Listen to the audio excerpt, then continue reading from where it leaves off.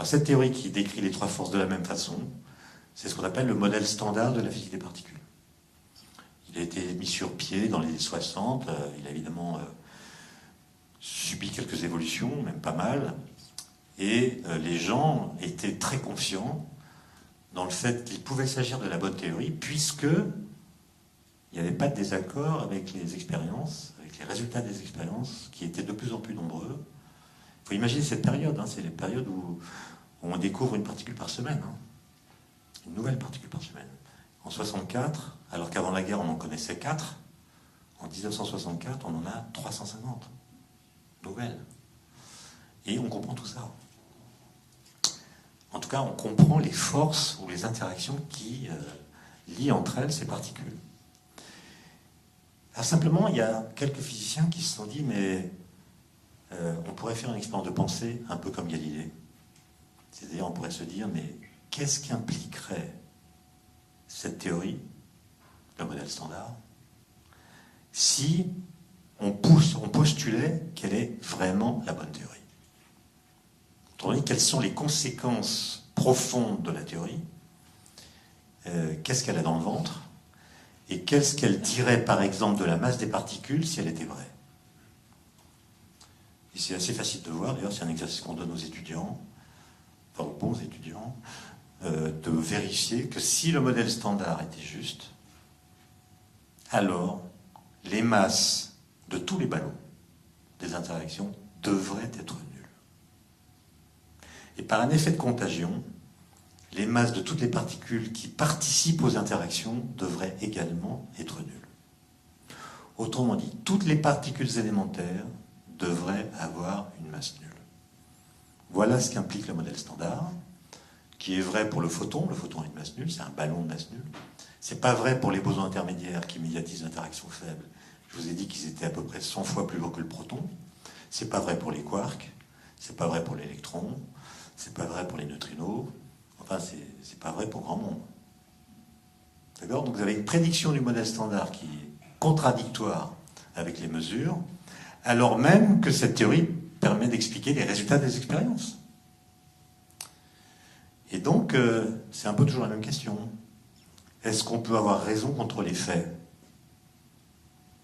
En général, on dit non. Non, les faits, c'est premier. C'est ce qu'il y a de plus important. Si on commence à contredire les faits, c'est qu'on est dans l'erreur. Et donc, si une théorie fait des prédictions qui ne sont pas confirmées par les faits, c'est qu'elle est fausse. Il faut la reprendre. Et ça a été d'ailleurs le réflexe de la plupart des physiciens qui sont partis dans des voies de recherche différentes pour comprendre les interactions. Ils étaient prêts à abandonner les théories de jauge, puisqu'elles conduisaient à une situation absurde, contradictoire avec l'observation. Alors, en 64, il y a 3 jeunes physiciens qui se sont souvenus de Galilée, qui se sont souvenus de ce que je vous ai raconté sur Galilée. Le pari de la physique, c'est qu'on peut expliquer le réel par l'impossible. Et ces 3 physiciens s'appellent Robert Brout, c'était un Américain qui a été naturalisé belge pour pouvoir collaborer avec un autre physicien belge qui s'appelait François Englert. Je crois qu'il avait 26 ans à l'époque, ou 27 ans. L'un était le postdoc de l'autre. Et puis un troisième physicien qui s'appelait Peter Higgs, qui était écossais, qui est toujours écossais d'ailleurs. Les 2 premiers ont publié un article en juin 1964. C'est un article qui n'est même pas un article, en fait c'est une lettre, ce qu'on appelle une lettre, c'est-à-dire ça fait 1 page et demie. C'est 1 page et demie de calcul, assez compliqué, et dans lequel ils disent peut-être que les équations ont raison. C'est-à-dire peut-être que les particules élémentaires ont une masse nulle.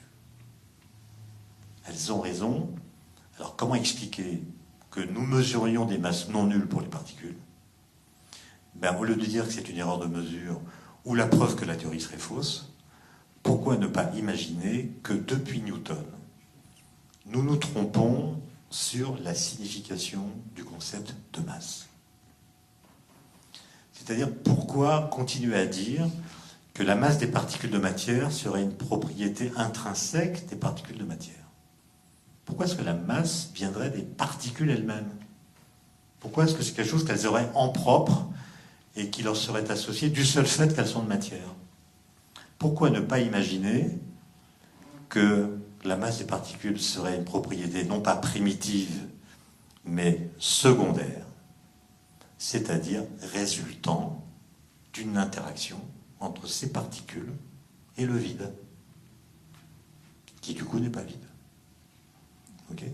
Donc la question c'est, est-ce qu'on ne pourrait pas imaginer que les particules élémentaires ont une masse non nulle parce que le vide n'est pas vide? Voilà. Et ils ont fait un gros calcul, enfin, pas gros parce qu'il fait moins d'une page, dans lequel ils montrent qu'on peut imaginer ça. Alors, avant de vous expliquer les choses plus en détail, je reviens sur ce qui a été dit quand on a découvert le Higgs. Oui, on l'appelle boson de Higgs, j'y reviendrai tout à l'heure, parce qu'en fait, un physicien américain qui s'appelle Weinberg a inséré cette idée en 71 dans le modèle standard, mais il a cru que Higgs, qui a publié en août, avait publié avant les deux autres. Donc il lui a donné la primauté, alors qu'en fait, ce sont les deux autres qui avaient publié avant, mais ça c'est un détail. Du coup, aujourd'hui, on parle du boson BEH, Brout-Englert-Higgs, ce qui n'est pas très beau. On va plutôt l'appeler, je pense, dans les années qui viennent, on va l'appeler boson H. François Englert, que je connais bien, était partisan, lui, avant d'avoir le prix Nobel, qu'on l'appelle le boson scalaire. Parce qu'il était vexé qu'on ait donné le nom à l'un seul des trois. Et donc il a fait une campagne pour proposer cette appellation. Il est venu à Saclay, dans mon laboratoire, pour nous expliquer tout ça. Et au cours d'un déjeuner, on lui a dit « Boson scalaire, c'est pas une très bonne idée. » Il a dit « Pourquoi ?» On lui a dit « Parce que l'anagramme de boson scalaire, c'est bière sans alcool. » Et là, il a dit « Ah oui, pour un Belge, c'est pas possible. » Donc, bière sans alcool pour un Belge, ça n'existe pas. Donc, il a changé l'appellation.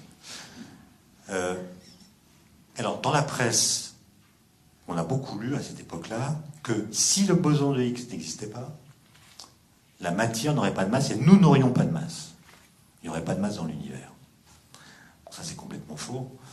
Si le boson de Higgs n'existait pas, nous aurions à peu près la même masse. C'est-à-dire que notre masse, la masse de notre corps, ne vient pas, pour l'essentiel, de la masse de nos particules élémentaires. Okay. Dans votre corps, il y a des protons, des neutrons, des électrons, c'est tout. Donc, en gros, il y a des quarks, puisque dans les protons et les neutrons, il y a des quarks, et puis des électrons. Donc, dans votre corps, il n'y a que des quarks et que des électrons, c'est tout. Et donc, si vous pesez, ou si vous ajoutez les sommes de tous ces quarks, vous trouverez une masse qui est quelques pourcents de votre masse totale. Autrement dit, votre masse ne vient pas de la masse de vos constituants. Alors d'où vient votre masse? Elle vient du fait que vos constituants interagissent les uns avec les autres. Par exemple, dans vos protons, il y a des quarks qui interagissent très fortement en échangeant des gluons. Et à cette interaction entre quarks ou entre autres particules est associée une énergie d'interaction, E égale MC2, comme vous savez. Donc cette énergie d'interaction correspond à une masse effective. Et donc c'est ça qui vous fait votre masse. Votre masse vient des interactions entre vos particules et non pas de vos particules elles-mêmes. Et donc si le boson de Higgs n'existait pas, les particules élémentaires auraient une masse nulle, mais elles continueraient d'interagir, de sorte que vous conserveriez l'essentiel de votre masse, puisque cet essentiel de votre masse est lié aux interactions entre vos particules. Donc je ferme cette parenthèse et je reviens à mon histoire. En gros, et vous savez, en physique, il faut toujours se méfier des analogies parce qu'elles sont toutes fausses. Donc, je vais vous donner une analogie, vous en retiendrez l'idée essentielle, mais pas tout, parce que si vous la prolongez trop, ou si vous la prenez trop au sérieux, ça vous induira en erreur. Et donc, l'analogie que je vous propose est la suivante. L'idée qu'ont ces trois physiciens, d'ailleurs, ce qui est extraordinaire, c'est que Higgs a publié son papier sous la même forme, une page et demie de calcul. C'est à peu près le même calcul. Il ne s'était jamais parlé.